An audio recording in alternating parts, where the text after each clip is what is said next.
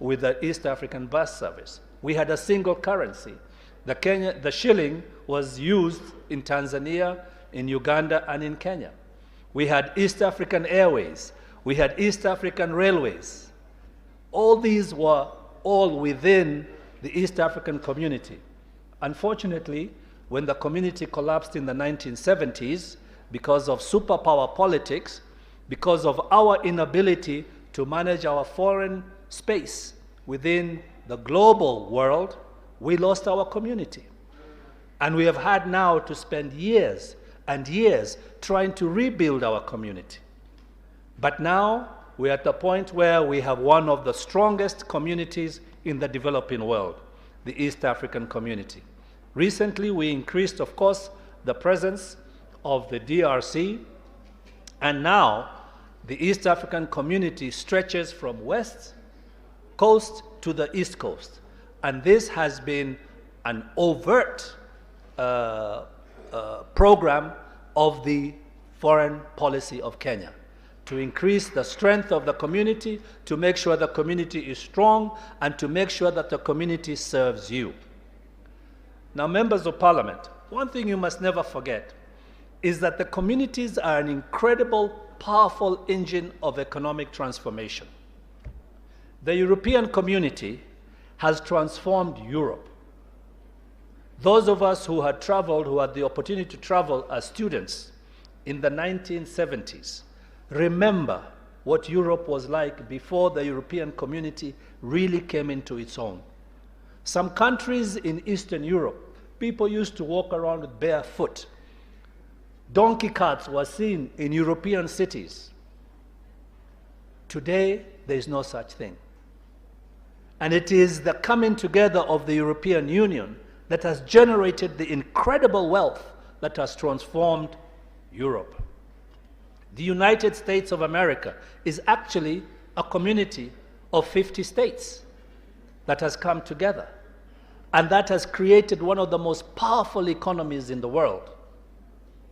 So we must aspire for the integration and the strengthening of the East African community. And it is one of the key drivers of our foreign policy.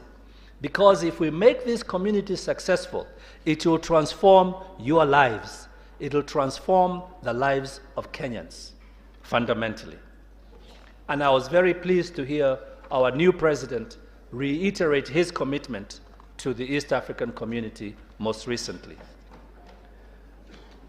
Let me talk about global and regional security threats for a minute. Because we live in a globalized world, part of our foreign policy is to focus on how we are going to deal with global threats. A lot of times we ignore things like climate change. But let me tell you, all of us know that if you go to parts of our country today, there is devastation because of drought or floods or other things that have been happening more frequently because of climate change. But let us also understand that climate change was caused by the industrialization of Europe and North America. Climate change is because of the greenhouse gases that were pumped into the environment by the industrialization of Europe and North America, not by Africa. But Africa is paying a very high price. But we, in our foreign policy, have decided to engage in this matter to make sure that we protect our interest within the context of global management of climate change. But we are also very interested in the issue of terrorism and violent extremism. I don't have to tell you what has happened to our country because of terrorism in the last, especially a few years ago before we got control of the situation. Terrorism remains a huge challenge for us. Every day we continue to manage that situation through our intelligence services, and I'm sure when the Director General of the Intelligence Services come here, he'll tell you about that. But we are also very interested in the issues of political conflicts and civil strife. There is no point of Kenya trying to develop in a community of countries that are in political strife, whether it is DRC, whether it is South Sudan, whether it is Ethiopia, whether it is Somalia. We live in a very difficult neighborhood. But it is in our foreign policy interest, it is in your interest to grow your economy, to make sure that Kenya becomes richer and stronger, that these countries find a way to make peace. We will never be able to enjoy the full potential of our country as long as our neighbors are suffering from political and civil strife. I could talk about issues of a humanitarian concern, but I will not. I think you understand those issues. But we've also seen about the recent COVID crisis. Foreign policy must also deal with these challenges. It is the Ministry of Foreign Affairs working with various strategic ministries like health and others that worked very hard to ensure that we all got COVID under control. It was the Ministry of Foreign Affairs that negotiated to get those vaccines here in a timely fashion because the West and other countries were hoarding those vaccines. It is us and it is your Ministry of Foreign Affairs, because we work for you, that we were able to make sure that we had more vaccines at the end of the day than we could actually use. We actually had an excess of vaccines in this country. Because of these reasons, we have come to understand that the Ministry of Foreign Affairs must also take cognizance, and our foreign policy must take cognizance of threats that are outside political sphere and focus on these threats that you see on that page. So, let's talk about the objectives of our foreign affairs policies. Primarily, the most important thing for us is to make sure that we have a peaceful and prosperous and globally competitive Kenya. Now, why?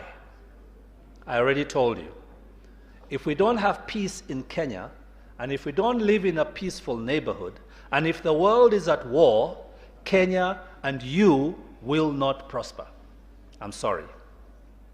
We have already seen the consequence of the war in Ukraine on oil, on fertilizer, on the availability of wheat. It has been devastating. It has affected your pocket. It has affected your constituencies. That is why we are pushing for peace in Ukraine. We as Kenya, in any opportunity, whenever we get an opportunity to do so. We need to be globally competitive, which is why we make sure that all our treaties that we negotiate give us an advantage.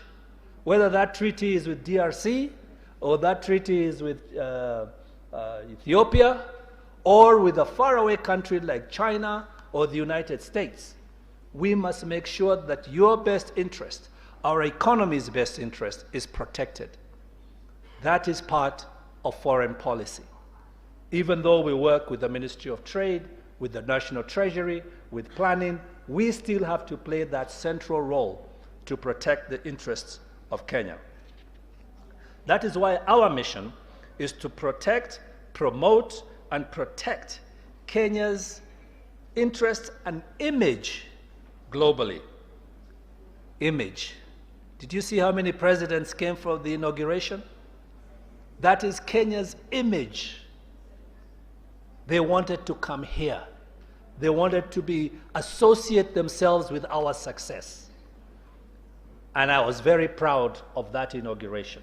It was a remarkable inauguration that countries around the world, and particularly in Africa, are talking about even today. That is our image in the world.